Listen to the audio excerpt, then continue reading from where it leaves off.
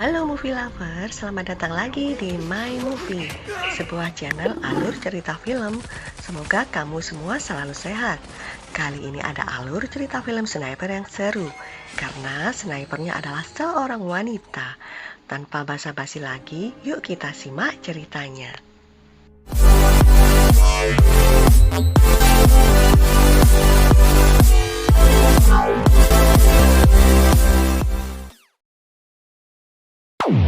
Kisah diawali dari seorang penembak jitu yang bernama Anna.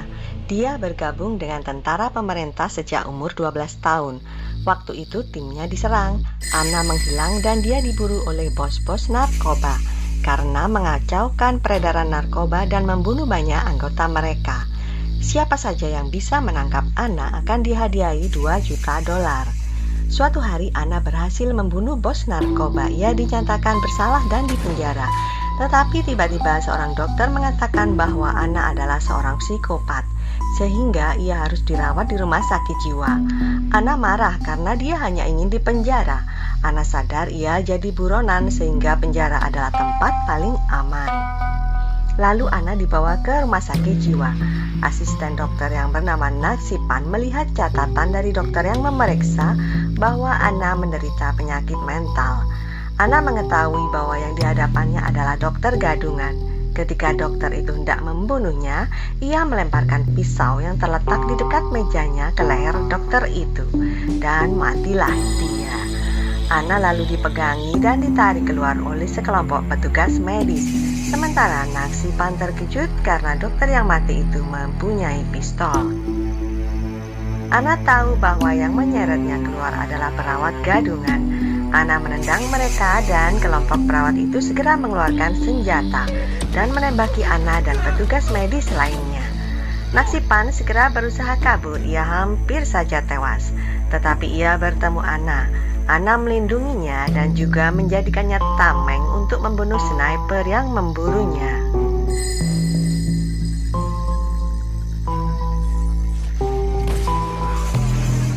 Dan akhirnya Anna berhasil membunuh mereka semua. Tiba-tiba Anna melihat ada pasukan pemerintah datang. Ia bergegas pergi, tetapi Naksipan tidak membiarkan Anna pergi. Ia menyuntik Anna dengan obat penenang sehingga Anna pun tertidur. Saat terbangun, keduanya ditangkap oleh militer pemerintah yang dikomandani oleh kepala pasukan yang bernama Atai. Anna mengatakan bahwa Naksipan adalah rekannya. Sekalipun Naksipan mati-matian menentang pengakuan Anna tersebut. Atai meminta agar Anna bekerja sama untuk membunuh putra pemimpin Livala yang akan dinobatkan menjadi pemimpin baru setelah ayahnya meninggal. Pada saat dinobatkan, mereka akan menandatangani dan menyetujui undang-undang penanaman narkoba. Atai menjanjikan kebebasan dan identitas baru untuk Anna bila misi berhasil. Anna sepakat bekerja sama, tetapi kesepakatan itu tidak gratis, guys. Atai menyuntikkan Anna bom nano ke tubuhnya sebagai jaminan agar Anna tidak mengingkari janjinya. Tentu saja Anna sangat marah, tetapi dia terpaksa setuju dengan syarat harus mengajak Naksipan. Putra pemimpin Livala ada 2, yaitu Surika yang sulung dan Tiesa yang nomor 2. Mereka sedang terlibat perang saudara karena memperebutkan posisi sebagai pemimpin baru. Anna dan timnya pergi ke Livala dengan helikopter. Tommy, informan Atai, menunjukkan tempat yang aman untuk mendarat. Tetapi ternyata sudah tidak ada lagi tempat yang aman di Livala. Tiba-tiba Anna menarik Naksipan ke pintu helikopter. Ia menyuruh Naksipan untuk bersiap terjun di hitungan ketiga. Tetapi Anna yang memang licik ini langsung mendorong Naksipan di hitungan pertama. Anna kemudian meminta izin kepada Atai untuk menyelamatkan Naksipan yang tidak memakai parasut. Atai segera menyusul mereka berdua untuk terjun dan memerintahkan anak buahnya untuk menjalankan plan B. Sesampai di darat, Anna dan Dr. Naksipan disambut dengan desingan peluru. Atai yang juga sudah mendarat memberikan perlawanan. Anna mengatakan bahwa mereka langsung bertemu dengan sasaran sambil menunjuk Tiesa. Setelah baku tembak, Anna dan tim akhirnya menyerah. Sejurus kemudian, Surika turun dari mobil. Mereka berdua berhadapan dan masing-masing mengatakan bahwa tembakan itu bukan berasal dari pihaknya masing-masing. Akhirnya mereka mengarahkan tembakan ke Anna dan timnya. Tiba-tiba Ana melihat sniper mengarahkan tembakan ke tengah mereka. Ana kemudian mengadu domba kedua putra pemimpin Livala tersebut. Dan saat si sniper menembak, kedua pangeran itu mulai terpancing dan saling menembak satu sama lain. Ternyata bom sudah disiapkan untuk menewaskan mereka berdua. Just info ya guys, sniper yang menyelamatkan Ana adalah Roger yang dulu adalah pacar Ana. Dia juga pernah menyelamatkan Ana sebelumnya. Roger saat ini bekerja sama dengan Sompat yang menguasai pasar narkoba di Livala, tetapi Ana belum mengetahui hal ini. Singkat cerita, Ana dan tim akhirnya berhasil meloloskan diri setelah sebelumnya sempat membantu anak-anak kecil yang bersembunyi. Dan bahkan Ana bertemu dengan seorang pangeran yang dirantai. Sambil mengobati luka Ana, Naksipan bertanya kenapa tidak membunuh anak-anak kecil. Ana mengatakan bahwa dirinya banyak mengalami trauma sejak kecil. Dia bahkan pernah menembak seorang anak karena mengira dia membawa bom. Tiba-tiba Ana melihat berita bahwa kedua calon pemimpin Livala tewas. Ana berpikir misinya sudah selesai. Tetapi Atai, pemimpin militer, mengatakan bahwa masih ada pangeran ketiga yang akan dinobatkan dan menjadi target selanjutnya. Ana merasa dipermainkan, tetapi tidak bisa melawan karena diancam akan diledakkan. Kemudian Ana pergi bersama Atai menuju tempat penobatan.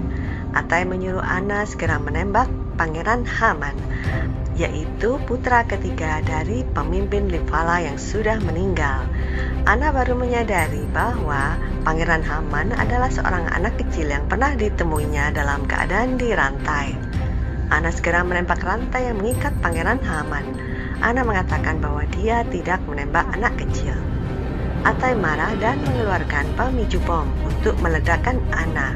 Tiba-tiba sebuah tembakan menjatuhkan pemicu bom itu, sehingga Ana berhasil meloloskan diri. Ana sempat melihat bahwa yang menyelamatkan Pangeran Haman adalah Roger, pacarnya dulu. Ana segera berlari bersama Naksipan ke tempat yang aman. Ia memaksa Naksipan untuk mengeluarkan bom nano di tubuhnya. Tetapi Naksipan mengatakan bahwa bom itu tidak bisa dikeluarkan, hanya bisa dirusak. Tapi manusia biasa tidak akan bisa menahannya. Ana tidak peduli dan tetap memaksa Naksipan melakukannya. Ana berusaha menahan sekuat tenaga sengatan listrik yang dialirkan ke tubuhnya untuk menghancurkan bom nano. Dan akhirnya ia pingsan. Ketika hendak membuat napas buatan, tiba-tiba Ana sadar. Naksipan segera mengangkat Ana, tetapi tiba-tiba ada kaki yang menendangnya yang ternyata adalah Roger, kekasih Ana dulu. Ana marah kepada Roger karena tidak memberitahu kalau masih hidup. Tiba-tiba Naksipan yang tadi meninggalkan mereka berdua masuk lagi dan mengatakan ada pasukan yang datang. Roger kemudian meminta Ana untuk menyelamatkan Pangeran Haman, sementara dia akan menghadapi Sompat. Ana dan Naksipan segera bergegas menyelamatkan Pangeran Haman. Setelah tembak-menembak sengit, akhirnya Pangeran Haman bisa mereka selamatkan. Atai terus mengejar mereka dan akhirnya mengancam akan membunuh Pangeran Haman. Tetapi Pangeran Haman berhasil bersikap bijaksana sehingga niat Atai berhasil digagalkan. Bahkan Atai berjanji akan setia kepada Pangeran Haman dan menjadi satu tim dengan Ana untuk menghapus penanaman dan perdagangan narkoba. Sementara Roger ditahan oleh Sompat yang mencurigai Roger tidak mengkhianatinya dan berambisi menjadi penguasa tunggal pasar narkoba. Ia kemudian menyuruh Pigana, tangan kanannya, untuk membunuh Roger. Sayangnya Pigana sudah sejak lama menyukai Roger, sehingga ia malah membebaskan Roger. Roger kemudian mendatangi Sompat dan membunuhnya. Setelah semua berhasil diatasi, Ana menemui Roger. Roger menceritakan ambisinya untuk menyelamatkan perekonomian rakyat dengan perdagangan narkoba dan mengajak Ana bersamanya. Ana menolak dan mengatakan Roger bukan orang yang dikenalnya dulu. Lalu Ana pun pergi. Upacara penobatan sudah dipersiapkan. Pangeran Haman menghadapi ancaman Roger untuk menandatangani undang-undang penanaman narkoba. Dengan tenang, Pangeran Haman melangkah.